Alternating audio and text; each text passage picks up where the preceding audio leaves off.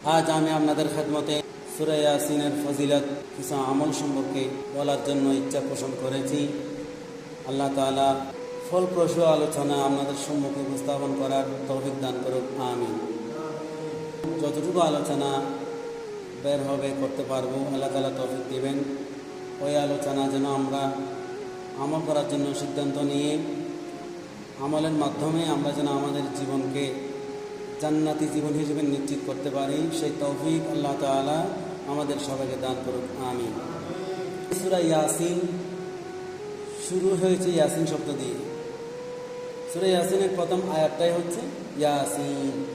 এটা হচ্ছে আমার রাসূল পাকের নাম মোবারক, সুবহানাল্লাহ। কালামে পাকের 114টা সূরার মধ্যে 36 নম্বর সূরা 36। এখানে 5টা রুকু আছে, 83টা 80, 81, 82, 83টা আয়াত আছে। এগুলোর ওসিলায়, এগুলোর বরকতে আল্লাহ তাআলা আমাদেরকে নিষ্পাপ বান্দা হিসেবে কবুল করে নিক, আমিন। রাসূল করিম সাল্লাল্লাহু আলাইহি ওয়াসাল্লাম ঘোষণা দিচ্ছেন, হে আমার উম্মতেরা, প্রত্যেক জিনিসের কলব রয়েছে, হৃদয়, অন্তর রয়েছে। কোরআন মাজিদে 114টা সূরার মধ্যে সমস্ত আয়াত, সমস্ত সূরা, পারা, প্রতিটা শব্দ, সব কিছুর জন্য সম্পূর্ণ কোরআন মাজিদের রূহ এবং কলব হলো সূরা ইয়াসিন, সুবহানাল্লাহ। সূরা ফাতিহাকে বলা হয়েছে উম্মুল কোরআন, সূরা ইয়াসিনকে বলা হচ্ছে কলবুল কোরআন। অন্য হাদিস শরীফে এসেছে সূরা ইয়াসিন রূহুল কোরআন, সুবহানাল্লাহ। রূহ না থাকলে যেমন আমাদের দেহের কোনো মূল্য নেই, এই সূরা ইয়াসিনকে অস্বীকার করে বাকি 113টা সূরা পাঠ করলে কোনো মূল্য হবে না। আমার রাসূল ঘোষণা দিলেন, এই যে কোরআনের কলব, কোরআনের রূহ, সূরা ইয়াসিন শরীফ মাত্র একবার পাঠ করবেন, আমার আল্লাহ তাআলা আমার উম্মতকে 10 বার কোরআন খতমের সওয়াব দান করবেন, সুবহানাল্লাহ। রাসূল পাক সাল্লাল্লাহু আলাইহি ওয়াসাল্লাম ঘোষণা দিচ্ছেন, আমার যে উম্মত, আল্লাহ তাআলার যে বান্দা সূরা ইয়াসিন শরীফ সকালে পাঠ করবে, মাগরিব পর্যন্ত সারা দিন সুখে শান্তিতে থাকতে পারবে, সুবহানাল্লাহ। আর যারা বিকালে মানে মাগরিবের সময় রাতের বেলা সূরা ইয়াসিন পাঠ করবে, সকাল পর্যন্ত সারা রাত সুখে শান্তিতে থাকতে পারবে, সুবহানাল্লাহ।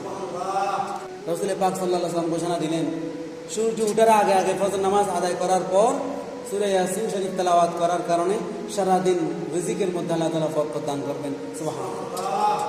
আমার রাসূল সাল্লাল্লাহু আলাইহি ওয়াসাল্লাম ঘোষণা দিচ্ছেন, সূরা ইয়াসিন শরীফ তেলাওয়াত করে ঘুমাবেন, আপনি ঘুমাতে থাকবেন, আল্লাহ তাআলা গুনাহ মাফ করতে থাকবেন। এভাবে আপনি ঘুমাবেন, আল্লাহ মাফ করবেন, আপনি ঘুমাবেন, আল্লাহ মাফ করবেন। এইরকম করতে করতে করতে আপনি যে মুহূর্তে জাগ্রত হবেন, সেই মুহূর্তে সমস্ত গুনাহ মাফ করে দিয়ে আল্লাহ তাআলা আমাকে আপনাকে সূরা ইয়াসিন শরীফ তেলাওয়াত করে ঘুমানোর কারণে নিষ্পাপ জীবন দান করবেন, সুবহানাল্লাহ। যে সমস্ত উম্মতেরা মৃত্যুর পথের যাত্রী হয়ে যায়, মৃত্যুর বিছানায় ছটফট করে, মৃত্যুর যন্ত্রণায় চটফট করে মারা যাওয়ার সময় হয়ে যাবে, রূহ নেওয়ার সময় হয়ে যাবে, ঠিক সেই মুহূর্তে ওনার পাশে বসে বসে যদি আওয়াজ করে, ছেলেরা আওয়াজ করে, মেয়েরা আওয়াজ ছাড়া নীরবে নীরবে সূরা ইয়াসিন শরীফ তেলাওয়াত করবে, আমার রাসূল ঘোষণা দিচ্ছেন, ওই মৃত্যু পথের যাত্রী মানুষটা, ওই বান্দা, ওই উম্মত সহজে মৃত্যুবরণ করতে পারবে, কোনো কষ্ট হবে না, সুবহানাল্লাহ। আরেকটা হাদিস শরীফে আমি পেয়েছি, 41 দিন টানা 41 দিন সূরা ইয়াসিন শরীফ নিজের সন্তান মা বাবার কবরে গিয়ে গিয়ে যদি পাঠ করতে পারে, মা বাবার গুনাহ মাফ করে মা বাবাকে জান্নাতি বানিয়ে দেবেন, সুবহানাল্লাহ। সূরা ইয়াসিন শরীফ তেলাওয়াত করলে গুনাহ মাফ হয়ে যায়। সূরা ইয়াসিন শরীফ তেলাওয়াত করলে হায়াতের মধ্যে আল্লাহ তাআলা বরকত দান করেন, নেক হায়াত দান করেন। সূরা ইয়াসিন শরীফ তেলাওয়াত করলে রিজিক, ইনকাম, আয়, রুজি রোজগার বেড়ে যায়। সূরা ইয়াসিন শরীফ তেলাওয়াত করলে গরিবী হালত দূর হয়ে যায়। সূরা ইয়াসিন শরীফ তেলাওয়াত করলে মনের যন্ত্রণা, কষ্ট, অশান্তি, বেদনা, দুশ্চিন্তা, পেরেশানি দূর হয়ে যায়। সুতরাং এই সূরা ইয়াসিন শরীফ আমাদের প্রত্যেকের শুদ্ধভাবে, সঠিকভাবে প্রতিদিন নিয়মিত এভরিডে তেলাওয়াত করা উচিত। আল্লাহ তাআলা আমাদের সবাইকে দান করুক, আমিন। সূরা ইয়াসিনের আয়াত 22 নম্বর পারার শেষ লাইন, আল্লাহ তাআলা বলেন, ইত্তাবিউ মান লা ইয়াসআলুকুম আজরান ওয়া হুম মুহতাদুন। এই আমার বান্দারা, তোমরা তাদেরকে অনুসরণ করো, আমার বান্দাদের মধ্যে তাদেরকে অনুসরণ করো যারা ওয়াজের মধ্যে, কোরআন খতমের মধ্যে, খতমে সেবা, খতমে গজিয়া, খতমে গিয়ারবি শরীফ, এইভাবে বিভিন্ন নাম দিয়ে আমরা সুন্নি জনতা, আশিক রাসূলরা নবীর ওয়ারিস উলামায়ে কেরামরা যে সমস্ত বুজুর্গানে দ্বীনের রসম অনুযায়ী বিভিন্ন খতমের প্রচলন রেখেছি, এই সমস্ত খতম বুখারী শরীফ বলেন, মজমুয়ে সালাওয়াতে রাসূলের খতম বলেন, এইভাবে বিভিন্ন খতমের মধ্যে ওয়াজে কালামে বয়ানের মধ্যে বক্তারা হুজুররা আমাদের মধ্যে যারা দাবি করে, আমার আল্লাহ বলতেছেন ইত্তাবিউ মান লা ইয়াসআলুকুম আজরা, যারা দাবি করে তাদেরকে অনুসরণ করিও না, যারা দাবি করে না তাদেরকে তোমরা অনুসরণ করো। সুবহানাল্লাহ। ইত্তাবিউ, তোমরা অনুসরণ করো, মান লা ইয়াসআলুকুম আজরা, যারা তোমাদের কাছে বিনিময় দাবি করে না। সুবহানাল্লাহ। ওয়া হুম মুহতাদুন, যারা বিনিময় দাবি করে না তারা একমাত্র সঠিক পথের দিশারি। সুবহানাল্লাহ।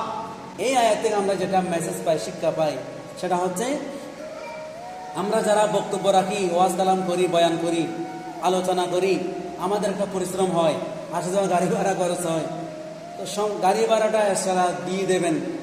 গাড়ি ভাড়ার পাশাপাশি আমার পরিশ্রম হচ্ছে, কষ্ট হচ্ছে, সে হিসেবে আপনারা কিছু হাদিয়া দিবেন, তরবিক অনুযায়ী মন খোলে, হৃদয় খোলে পারিশ্রমিক দিবেন, হাদিয়া দিবেন। এটা ঠিক আছে, এটা সুন্নাত। আমি বক্তা হিসেবে যদি ওয়াজের জন্য 20,000, 50,000, 1 লাখ, 80,000, 70,000 এভাবে যদি দাবি করি, এই সূরা ইয়াসিনের এই আয়াতের আলোকে আল্লাহ তাআলার ফতোয়া হলো এটা জায়েজ নাই। যারা দাবি করে তাদের এই আমলটা, দাবি করার বিষয়টা এই সূরা ইয়াসিনের এই আয়াতের বিরোধী, আল্লাহ তাআলার ফতোয়ার বিরোধী। চিৎকার দিন নাউযুবিল্লাহ। এখন আপনারা 1 লাখ টাকা, 50,000 টাকা, 60,000 টাকা, 80,000 টাকা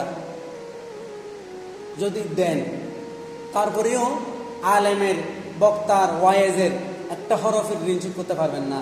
কারণ বক্তারা, আলেমরা, আলেম সমাজ যেগুলো আলোচনা করে কোরআন থেকে করে, হাদিস শরীফ থেকে করে, তো কোরআনের কোনো মূল্য হয় না, হাদিসেরও কোনো মূল্য হয় না। কোরআনের একটা হরফের মূল্য যদি আপনি 30 কোটি টাকা আমাকে দেন, তারপরেও হবে না। পুরো জীবনটাই যদি আপনি কোরবানি করে দেন কোরআনের আয়াতের জন্য, তারপরেও বিনিময় সুদ হবে না, বরাবর হবে না। সেক্ষেত্রে কোনো বক্তাকে আমরা 50,000, 60,000, 80,000 নিজের ইচ্ছাই যদি দিয়ে থাকি, আলহামদুলিল্লাহ, সমস্যা নেই।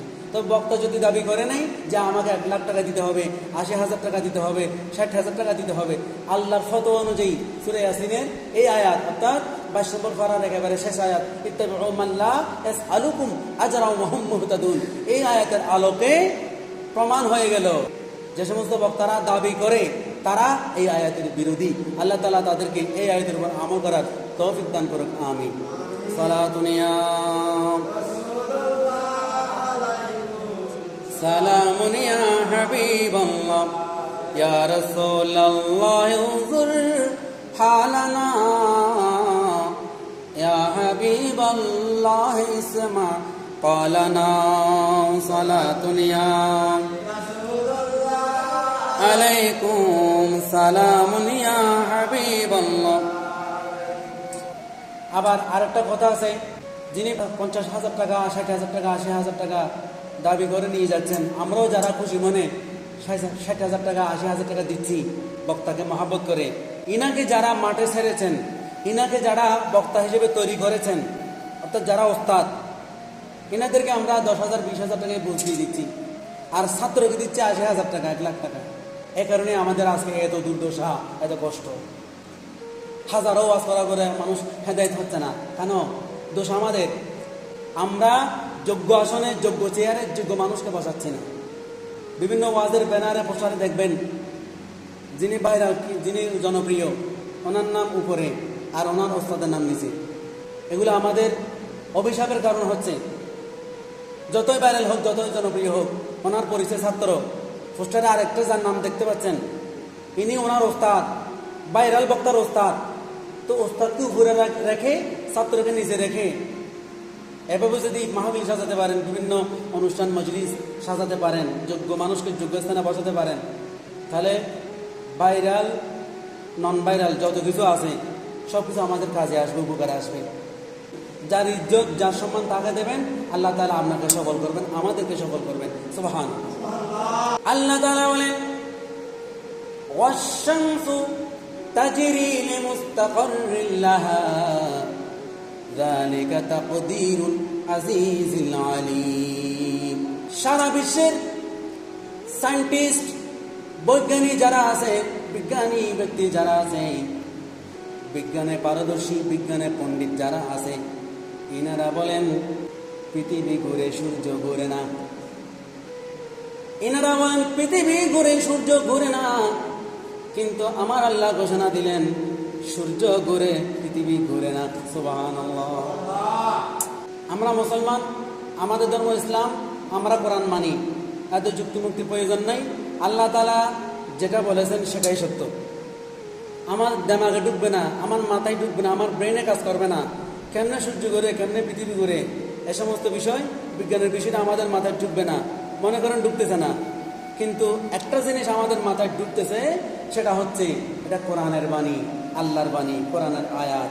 যেহেতু আল্লাহ তাআলা বলেছেন সূর্য ঘুরে পৃথিবী ঘুরে না, সুতরাং এটাই সত্য। এবং ভালোভাবে গবেষণার জগতে ডুব দিলে, গবেষণা শুরু করলে আল্লাহর আয়াতই প্রমাণিত হবে যে পৃথিবী ঘুরে না, সূর্য ঘুরে। সুবহানাল্লাহ।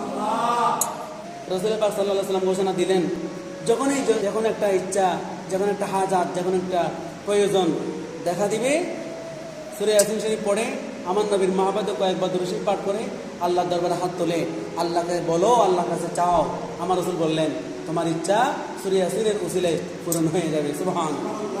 সূরা ইয়াসিনের ফজিলত, উপকারিতা সবগুলো মাথায় রেখে জীবনটাকে যেন আমরা চেঞ্জ করতে পারি, পরিবর্তন করতে পারি। আল্লাহ তাআলা তৌফিক দান করুন। আমিন।